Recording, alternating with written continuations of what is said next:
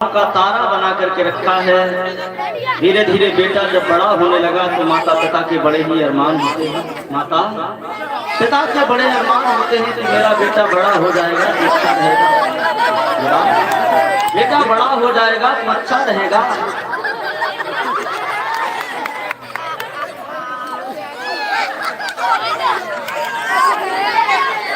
आज वही कृषा अपने लाल को खिला रही है, मन में सोच रही है कितना सुंदर है मेरा बेटा, क्योंकि हर माता पिता के ये अरमान होते हैं लला कि माँ के दिल में अधिक विचार और सियाना और जवान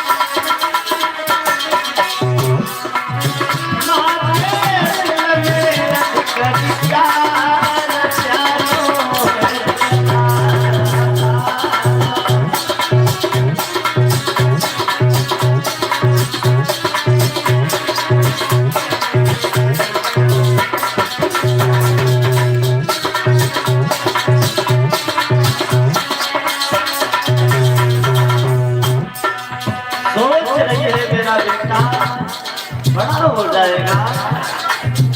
अपन लला की करने सगाई भरया में हुआ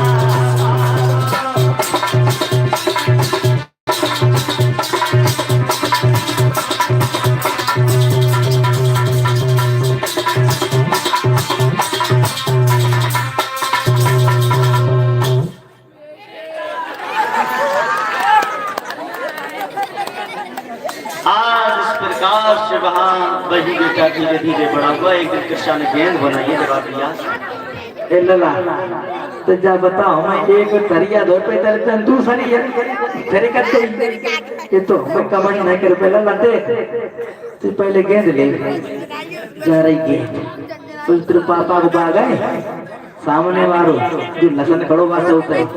हाँ और जाइए गेंद खेलिए लाओ समर खेलिए अपने दोस्तों का और बुला लियो है तेरे दोस्त सब टेक लिए और सब के संग में खेलिए रुला गुलगुला जा खेल जाए। आज कृष्णा के कहने पर कृष्णा का बेटा गेंद खेलने के लिए आज अपने बच्चों को साथ में लेकर के गेंद खेल रहा है। बच्चों से जाकर के कहा भैया ये गेंद मेरी मम्मी ने बनाई है। बोले तुम्हारी मम्मी ने? बोले हाँ ये मेरी मैया ने अरे गेंद बनाई है चलो तेरी याद है।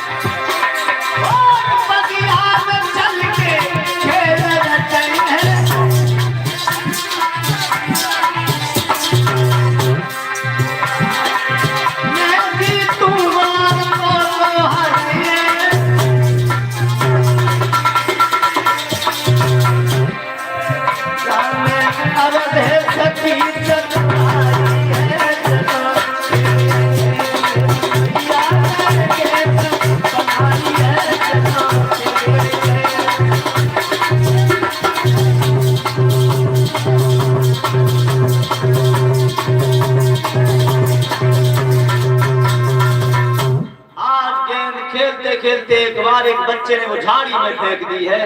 एक गेंद झाड़ी में फेंक दी है। सभी बच्चों ने कहा कृष्णा के पुत्र से भैया ये तुम्हारी गेंद है इसे उठा करके लाओ बेटा।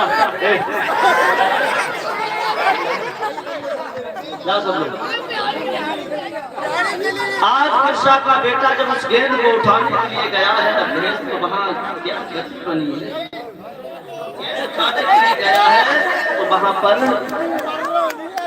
एक झाड़ी में जहाँ काला सर्प बैठा हुआ था, जहाँ काला सर्प बैठा हुआ था, जैसे कृष्ण गेंद को उठाने के लिए चला है वहां एक नाग बैठा हुआ था।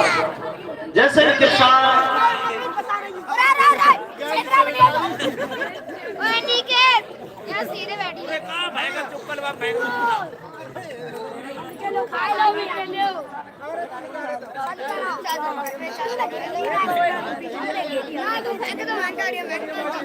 आज वही कृष्णा क्योंकि कहा गया है कि कुछ समय परिवर्तन अब तक परिवार की खुशियां रही।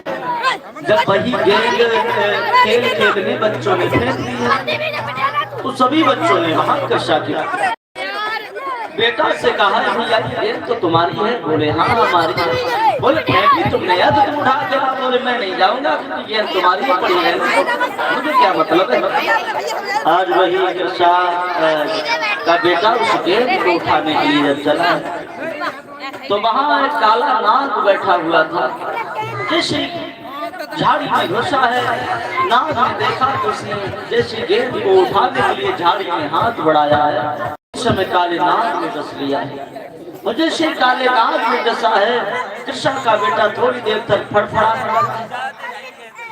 सभी बच्चे दौड़ करके पहुंचे हैं। कृष्ण का बेटा गेंद लेने के लिए गए लेकिन ये तो गिर पड़ा है, ये तो गिर पड़ा है। आज वही कृष्ण के पुत्र की जब सभी बच्चों ने देखा है कि वहां से काला नाग जा रहा है, शरीर नीला पड़ गया। बच्चों ने समझ लिया है इसे काले नाग ने डस लिया है। तो कुछ बच्चे दौड़ करके आज पहुंचे हैं कृष्णा के पास और कृष्णा से जाकर के समझाते हुए कहा है मैया मैया। और कृष्णा बोले क्या हुआ है? देख तेरे पुत्र को एक काले सर्प ने डस लिया है।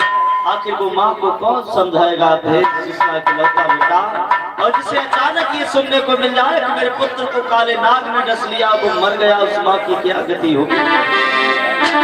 आज वही सभी बच्चों ने कृष्णा से कहा है मैया कि बेटा खाए तो तेरो काले काले नाग, बेटा तेरो करिया करिया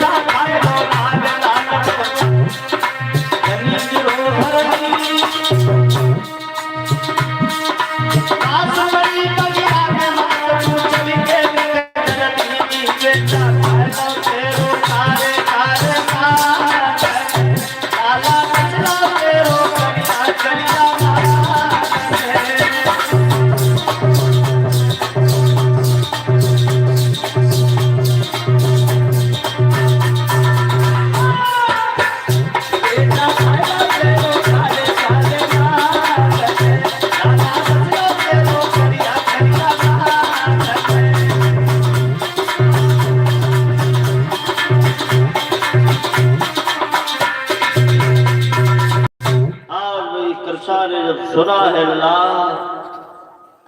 माँ माँ होती, एक बड़े ही दिनों के बाद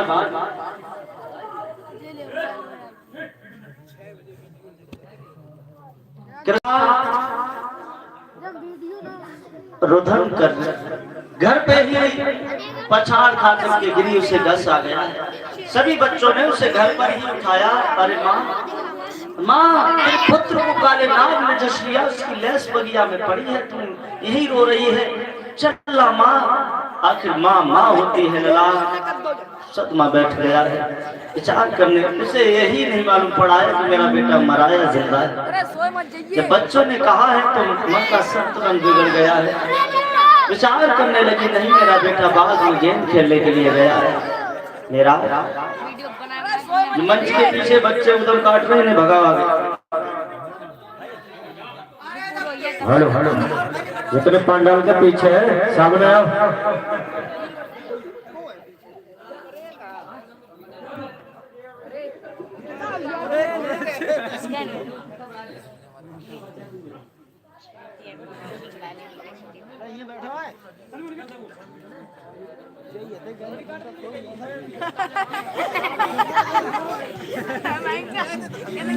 आज वही कृषा अपने पुत्र की जब लैस पर पहुंची है, लला याद रखना,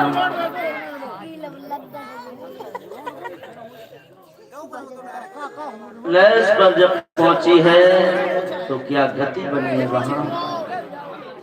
ये गति बनी है कि अपने पुत्र की लैस को जिसने उठाया, उठा करके समझाने लगी है, बेटा उठ जाओ, तुम तो गेंद खेलने के लिए आए थे मेरे कुंवर, तुम तो गेंद खेलने के लिए आए थे मेरे लाला, मगर तुम्हें क्या हो गया है बेटा। देख तेरी मैया तुझा पुत्र की लैस पर वही कृषा रुधन करने लगी है बेटा। कि तुम्हें कैसी आए गई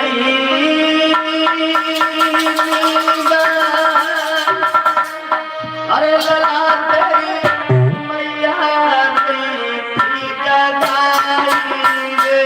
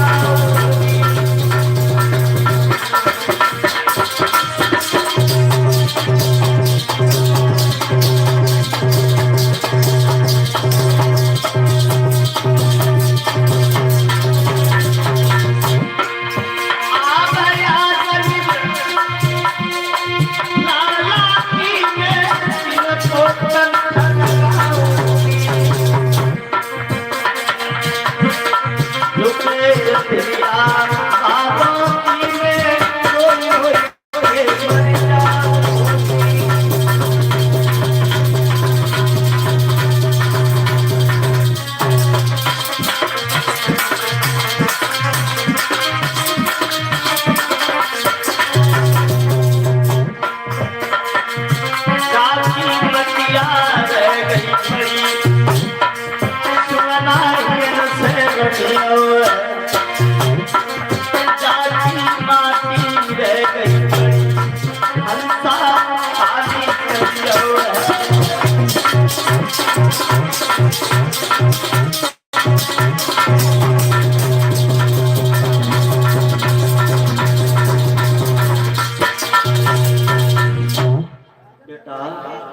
लाला एक तेरी मैया तुझे बुला रही है आज के शाम आखिर पुत्र की लोग कहते हैं दुनिया में दुख बहुत है लेकिन सबसे बड़ा दुख ये होता है किसी के पुत्र की लैस उसकी गोदी में रखी हो माँ की छाती फट जाती है आखिर अकेला बेटा था अकेले बेटे के कारण भी आज मुकर्षा लैस पर पागल हो गई कभी लैस को छाती से लगाती है घुटनों पर धर लेती है लाला बेटा देख देख तेरी माँ तुझे बुला रही है मेरे कुमार बेटा अरे तू बोलता क्यों नहीं है मेरे लाल कुछ तो बोल रहे आखिर पुत्र की लैस पर मुकर्षा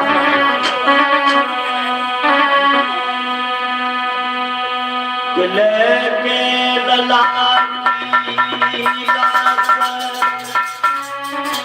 अरे मात की छूटी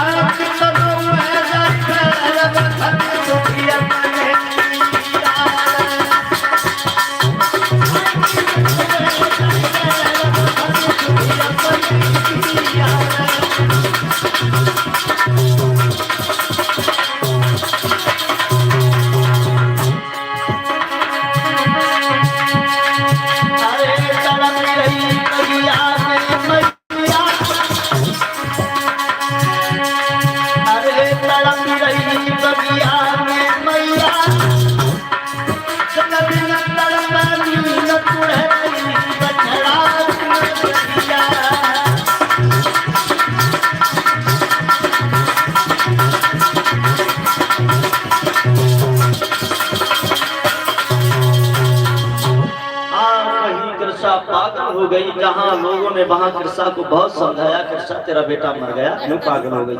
बोली नहीं मरा नहीं है, तुम झूठ बोले। बोले कृष्णा मर गया। जब उसने जान लिया मेरा बेटा मर गया तो बहुत विकल तरीके से रोने लगी। लाला क्या बोलोगे? नहीं आज कृष्णा किसी की बात नहीं मान रही है। तो लोगों ने, वहां जो लोग खड़े रहे, उन्होंने आपस में सलाह मिलाई है कृष्णा को भगवान बुद्ध के पास भेज दो, क्योंकि ये बुद्ध के पास चली जाएगी तो सही हो जाएगी। भगवान बुद्ध से समझा देंगे, क्योंकि हम लोगों की बात ये नहीं मानेगी, क्योंकि ये बहुत ही दुख में। लोगों ने समझाया है, अरे कृष्णा कहिए भैया, देखो ऐसा करो, तुम अपने पुत्र को भगवान बुद्ध के पास में ले जाओ जो जेतवन में, वो तुम्हारे पुत्र को जिंदा कर देंगे। कृष्णा तुम इस प्रकार से रुदन कर रही हो, यहाँ ठीक नहीं। क्या भैया आप सच कहते हो कि हम मेरे पुत्र को जीवित कर देंगे? हाँ कृष्णा, मैंने सुना है कि भगवान बुद्ध मरे हुए लोगों को जिंदा कर देते हैं, तो तुम्हारा बेटा क्यों जिंदा नहीं करेंगे? नहीं भैया, हमें लगता है आप झूठ बोलते हो भैया। कृष्णा मेरे बात पर विश्वास करो, तुम भगवान बुद्ध के पास में ले जाओ। ठीक है भैया, मैं जा रही हूँ। कृष्णा आज अपने पुत्र की लैस को लेकर के भगवान बुद्ध के पास में चली है।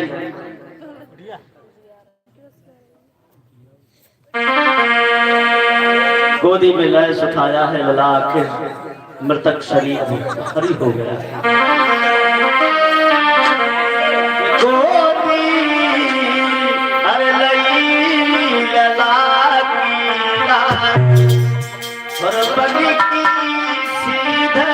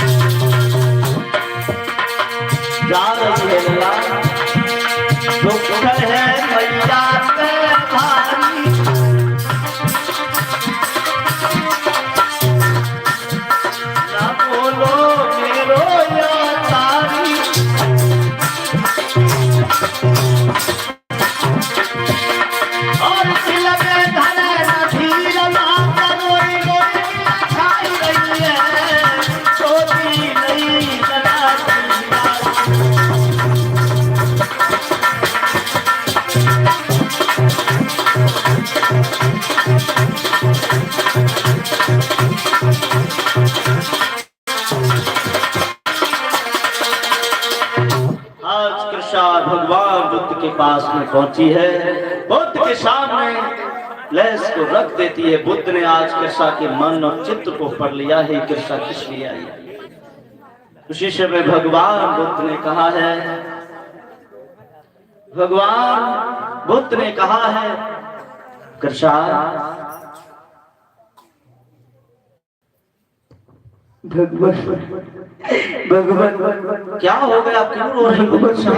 आपके पास बहुत आशा लेकर आई हूँ। मेरा एक ही पुत्र था, वो भी हमें छोड़कर चला गया। भगवान मेरे पुत्र को जीवित कर दो भगवान। मैंने सुना है कि आप मरे हुए लोगों को जीवन दान देते हो। भगवान मेरा भी एक पुत्र था, वो भी छोड़कर मुझे चला गया। भगवान मेरे पुत्र को जीवन कर दो भगवान। कृष्णा भगवान क्या कह रही हो? हाँ भगवान, ये तुम्हारा बेटा है और तुम्हारे बेटे को इतने ही दिन तक यहाँ रहना था। नहीं भगवान, आप ऐसा मत कीजिए भगवान। मेरा एक ही पुत्र था, मेरा एक ही सहारा था, वो भी हमें छोड़कर चला जाएगा तो मैं कहाँ जाऊंगी भगवान? मुझे मालूम है कृष्णा, क्योंकि तुम्हें आज कितने दुखों से गुजरना पड़ रहा है। लेकिन कृष्णा ये बात झूठ है। तुम्हें किसी ने बहका दिया है कि मैं मरे हुए लोगों को जिंदा कर सकता हूँ। नहीं कृष्णा, नहीं, मैं मरे हुए लोगों को जिंदा नहीं कर सकता हूँ, क्योंकि ये संसार में जो मर जाता है उसे पुनः जीवित नहीं किया जा सकता। इसलिए बेटी जाओ, तुम अपने पुत्र का अंतिम संस्कार कर। नहीं भगवान, मैं अपने पुत्र का अंतिम संस्कार नहीं कर सकती। मेरे पुत्र को जीवन दान दे दो भगवान। भगवान, मेरी आपसे एक ही विनती है भगवान, मेरा एक ही पुत्र था भगवान। मैं समझ रहा हूँ आपका चाहे एक पुत्र होते या चाहे दो हो, लेकिन शरीर का अंत है। तुम्हारा पुत्र इतने दिनों के लिए था, इसलिए मेरी मानो, मैं तुमसे झूठ नहीं बोल रहा हूँ। मैं अगर जिंदा कर देता तो तुमसे मेरी कोई दुश्मनी नहीं, मैं तुम पर भी दया कर देता बेटी, लेकिन तुम्हारा पुत्र पुनः से जीवित नहीं किया जा सकता। भगवान, मैं यहाँ से नहीं जा सकती जब तक मेरा पुत्र जीवित नहीं हो सकता भगवान। मैं नहीं जाऊंगी बेटी। भगवान, मैं तुम्हारे पुत्र को जिंदा कर भी दूं, इसके लिए तुम्हें एक काम करना पड़ेगा। कौन सा भगवान? ये काम है, आपको श्रावस्ती नगर में जाना पड़ेगा। ठीक है भगवान। तुमने पूछा नहीं क्यों? क्यों भगवान? श्रावस्ती नगर से तुम्हें एक मुट्ठी पीली सरसों लानी पड़ेगी। ऐसी भगवान क्या ला सकती हो? ठीक है भगवान, मैं अभी जा रही हूँ भगवान। कृष्णा, हाँ मेरी भगवान। एक बात सुनते जाओ, जा तो रही हो। सरसों तुम्हें एक मुट्ठी तो लानी है, लेकिन वो सरसों तुम्हें किसी एक ऐसे घर से लानी है जिस घर में कभी भी कोई मरा ना हो। ऐसा घर अगर तुम्हें ऐसे घर की सरसों हो तो मेरे पास ले आना। अगर तुम ऐसे घर की सरसों ले आई तो मैं तुम्हारे पुत्र को जिंदा कर दूंगा। ठीक है भगवान, मैं अभी जा रही हूँ भगवान। जाओ। ठीक है। आज भगवान बुद्ध ने कहा है, देखिए भगवान बुद्ध ने सोचा, क्योंकि कृष्णा अपने मन की जो गतिविधियां होती उससे विचलित हो चुकी थी। क्योंकि ये इंसान दो परिस्थितियों में अपने मन का धैर्य खो देता है, या उस पर अधिक सुख हो तब, या अधिक दुख हो तब। दुख क्षमता से बाहर होता है तब इंसान अपने मन का संतुलन खो देता है, पागलों की हरकतें करने लगता है, सत्य सब भूल जाता है। आज वही कृष्णा श्रावस्ती नगर में चली, विचार करने लगी, एक घर मुझे हजारों घर में जरूर मिल जाएगा जिस घर में कभी कोई मरा ना हो। श्रावस्ती नगर में पहुंची है, एक बहन से जाकर के कहा, बहन मुझे एक मुट्ठी पीली सरसों मिल जाएगी। बोले क्या करेगी कृष्णा, तू रो रही है? जवाब दिया, बहन मेरा पुत्र मर गया। भगवान बुद्ध ने कहा, एक मुट्ठी पीली सरसों अगर ले आओ तो मैं तुम्हारे पुत्र को जिंदा कर दूंगा। उसी समय जवाब दिया, बहन कैसी बातें कर रही हो, एक मुट्ठी सरसों की बात कर रही है, तू 10 मुट्ठी सरसों ले जा, तेरा बेटा जिंदा हो जाएगा।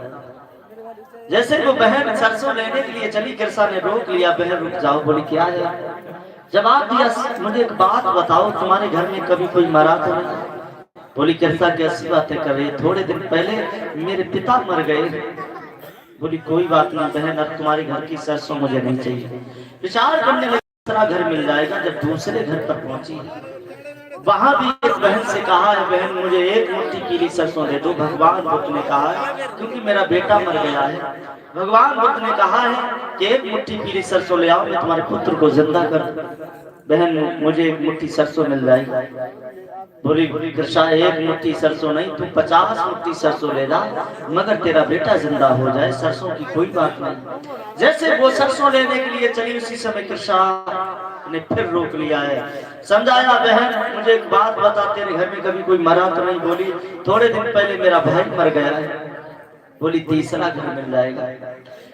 तीसरे घर पर पहुंची है, उस घर पर ही जाकर के कहा है, कोई कह देता है मेरी माँ मर गई है, कोई कह देता है मेरा पिता मर गया है। धीरे धीरे श्रावस्ती में एक नहीं दो नहीं सैकड़ों घर उसने देख डाले, लेकिन कहीं एक घर ऐसा नहीं मिला जिस घर में कभी कोई मरा ना। आज वही कृष्णा दूसरों का दुख देख देख करके अपना दुख भूल गई है। कोई कहता है मेरे 2 बच्चे थे दोनों मर गए, कोई कहता है मेरी बेटी मर गई है, और जो समझाता है उसके भी आंखों से आंसू निकल आते हैं। तो कृष्णा दूसरों का दुख देख देख करके अपना दुख भूलने लगी। कहा नहीं जाता इंसान अगर एक परेशान हो तो इंसान सदमे में आकर के मर जाए। यहाँ इंसान एक दूसरों का दुख देख देख करके जी लेते हैं कि हमारा गम फिर भी कम है, उसके तो घर में कुछ भी नहीं। तो आज यही क्रिया से भगवान बुद्ध ने उस कृष्णा को समझाने के लिए उस नगर में भेजा कि ये स्वयं से बदल जाएगी, मुझे समझाना भी नहीं पड़ेगा। सुबह से हो गई है, बहुत समय हो गया है। आज वही कृष्णा मांगती मांगती, लेकिन सरसों देने वाले तो हजारों घर थे।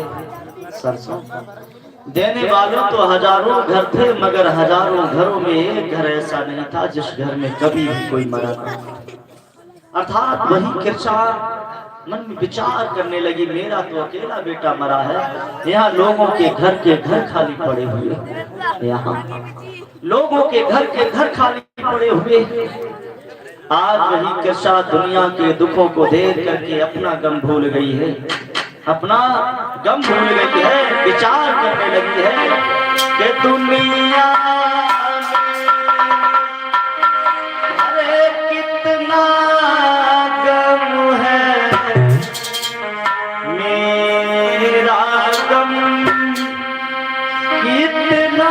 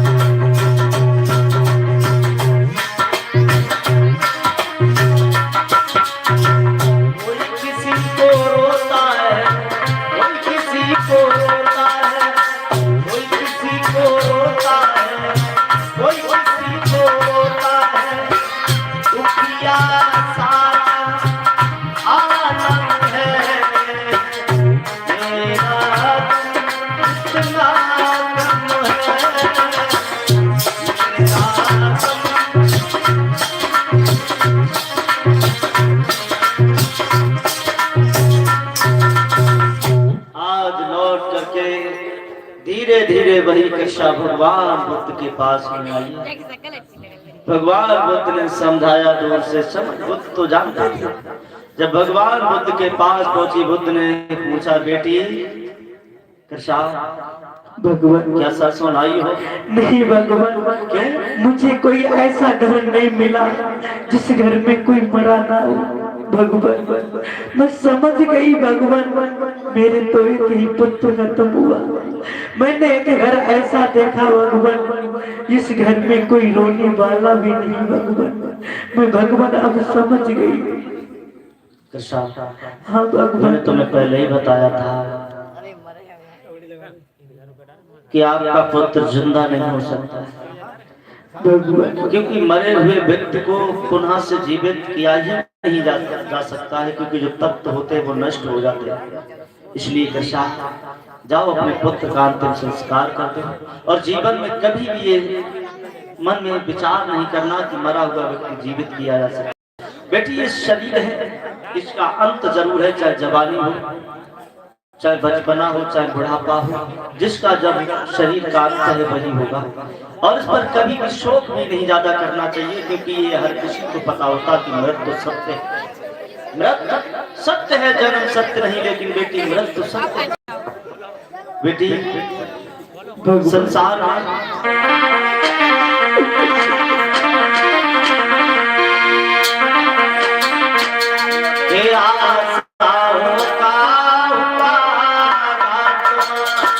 दिल की तमन्ना बनी रही, और जब परदेसी हुआ और सुंदर छाया पड़ी गई, छाया पड़ी गई।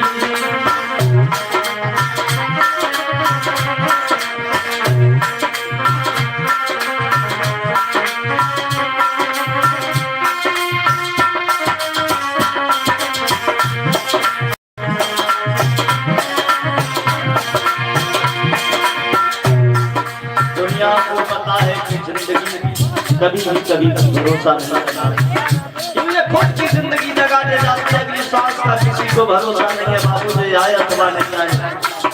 अभी कहता है वही लोग हैं जो दूसरों की मौत का समाचार बता देते थे कि तुम फलाने दिन मर जाओगे, लेकिन अपनी मौत आई तो जा नहीं पाया। एक पंडित जी अपने घर पर पत्ता लिखा, जन्म मरण के जन्म कुंडली देखा जो करते थे, लेकिन काल परिष्कार लगा तमाशा, कर्म कान पर धरी गई।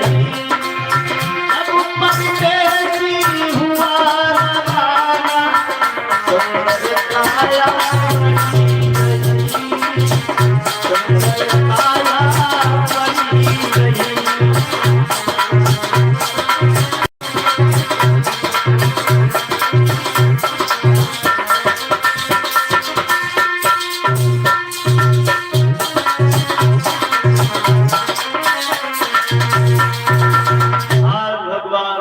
कहा बेटी जाओ अपने पुत्र का अंतिम संस्कार ठीक है भगवान, मैं आपके संग में अब रहना चाहती हूँ भगवान। देखो बेटी, ज्ञान की साधना ये इंसान के लिए सबसे बड़ा सुख होता है। आओ मैं तुम्हें आज भगवान ने वहां कृष्ण को समझाया है कि बेटी जन्म और मृत्यु के बंधन से हर इंसान जुड़ा हुआ है। जिसका जन्म होता है उसकी मृत्यु है, जिसका जन्म होगा उसकी मृत्यु है। और इस संसार में शोक बन करके रह जाती है। और ये मोह है, ये तुम्हारा बेटा है बेटी, लेकिन ये मोह का त्याग भी हो सकता है, मोह को छोड़ा भी जा सकता है। और इंसान जीवन में सुख तभी पाता है जब मोह को भगन कर देता है, मोह का त्याग कर देता है। आज भगवान बुद्ध ने उस कृष्ण को 5 पंचशील 8 अष्टांगिक मार्ग 10 पारमिताओं का दर्शन दिया कि भगवान ने प्रेम सहित ले शीलों का ज्ञान कराया है।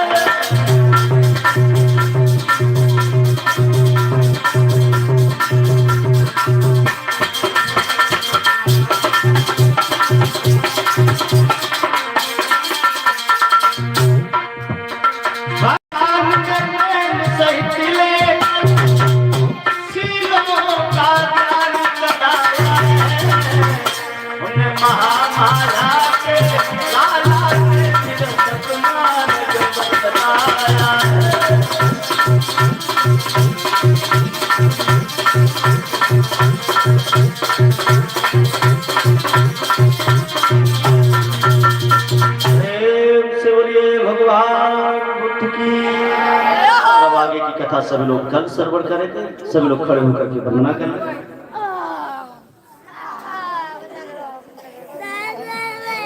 हेलो गाइस, कितने जुड़े लाइव है।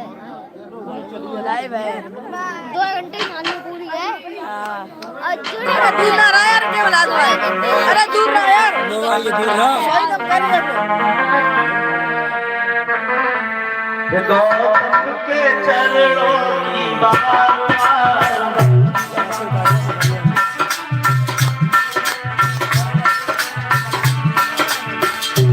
धन की वंदना हमको धन की वंदना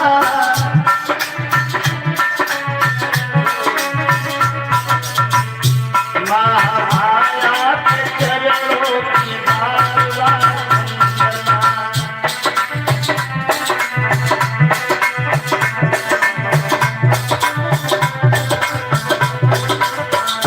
नंद जी की वंदना नंद जी की वंदना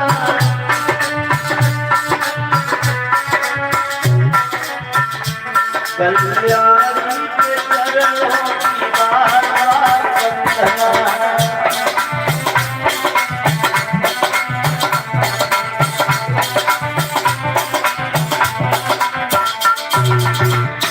सुजाता की वंदना विशाखा की वंदना